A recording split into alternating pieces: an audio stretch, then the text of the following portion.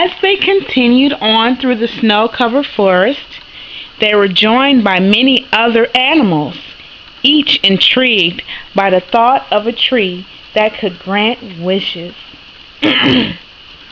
"I'm going to wish for acorns," said Mrs. Squirrel. "I think I'll wish for a nice birdhouse," chirped the cardinal.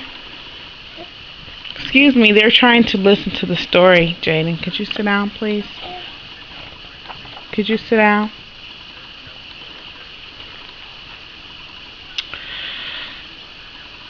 "I'm going to use my wish for a piece of cheese," squeaked the little mouse. The only one not to speak was the old rabbit. He had wished for the same thing every year since he had first made the walk to the wishing tree. This year would be no different.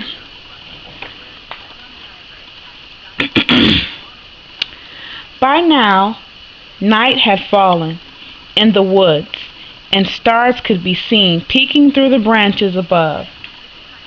The light from the moon reflected through the trees, giving the snow a soft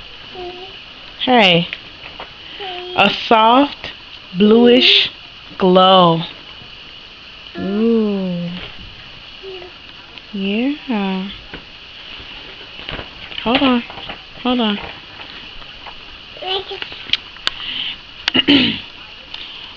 They walked until they came to a small clearing in the middle of the forest. Here the air was silent and calm. "Are we there?" whispered the skunk. "Which tree is it?" the deer quietly asked. "It must be the one there in the middle," murmured the pheasant. Hold on. Come on. Yeah, they all turned to look at what must surely be the most beautiful tree in the forest. It stood tall and proud. Its strong branches were covered with glistening snow.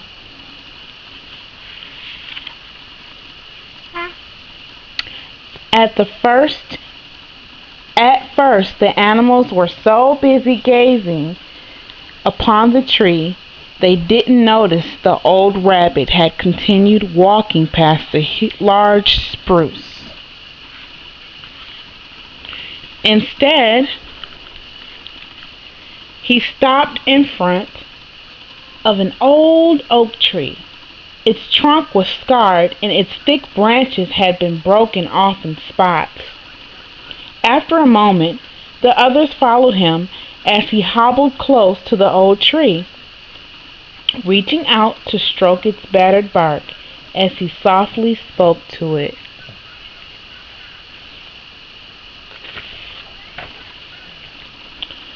It seemed to the other animals that the tree turned toward them and bowed its branches. Then the tree began to speak. "Welcome, new friends. I'm glad you are here. To tell me your wishes, you'll have to draw near. Speak to me clearly, your wish from the heart. But first I should warn you, before we could start, I can only grant wishes that are kind and are true. So make sure your wishes aren't centered on you. The evening draws late, and it's time we began. Step forward, my friends, and I'll do what I can." Mr. Rabbit motioned them forward one at a time to lay their paws and wings upon the rough bark of the trunk. Each animal was filled with excitement as it touched the tree and spoke its wish. Mr. Rabbit stood by as each asked for bigger homes, more food, and other things. Finally, Finally, it was the old rabbit's turn. He spoke his wish so softly that could only be heard by the wishing tree. He then put his arms as far as they could go around the tree trunk and hugged his old friend goodbye. With that, he turned to make the long walk home.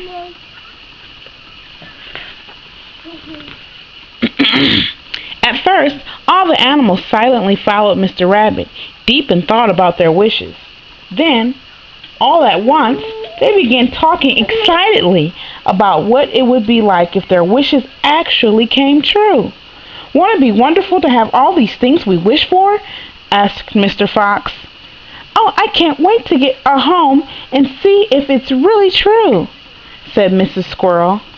Finally, Mr. Squirrel noticed that Mr. Rabbit hadn't spoken and asked, "So, what was your wish, Mr. Rabbit?" After a moment of silence, Mr. Rabbit spoke. I have walked to the wishing tree and made the same wish I made the same wish since I was a young bunny. I wish for peace on earth." "But you have wasted your wish every year," all the animals cried. "Why do you still make the long walk for nothing?" The old rabbit stood silent, leaning on his walking stick for a moment before he spoke. "Don't you understand that every year I have been given one of the greatest gifts?" he softly said. "The wishing tree has given me the gift of hope.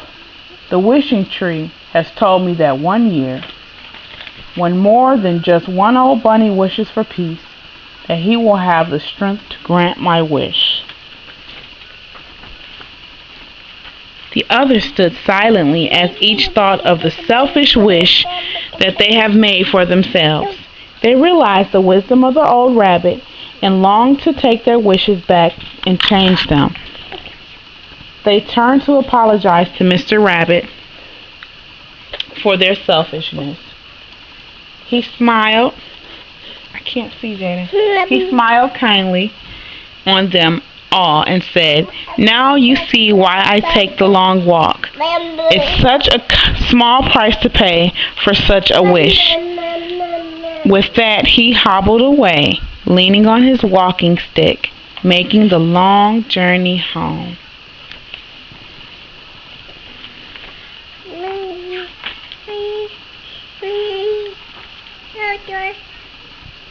The end.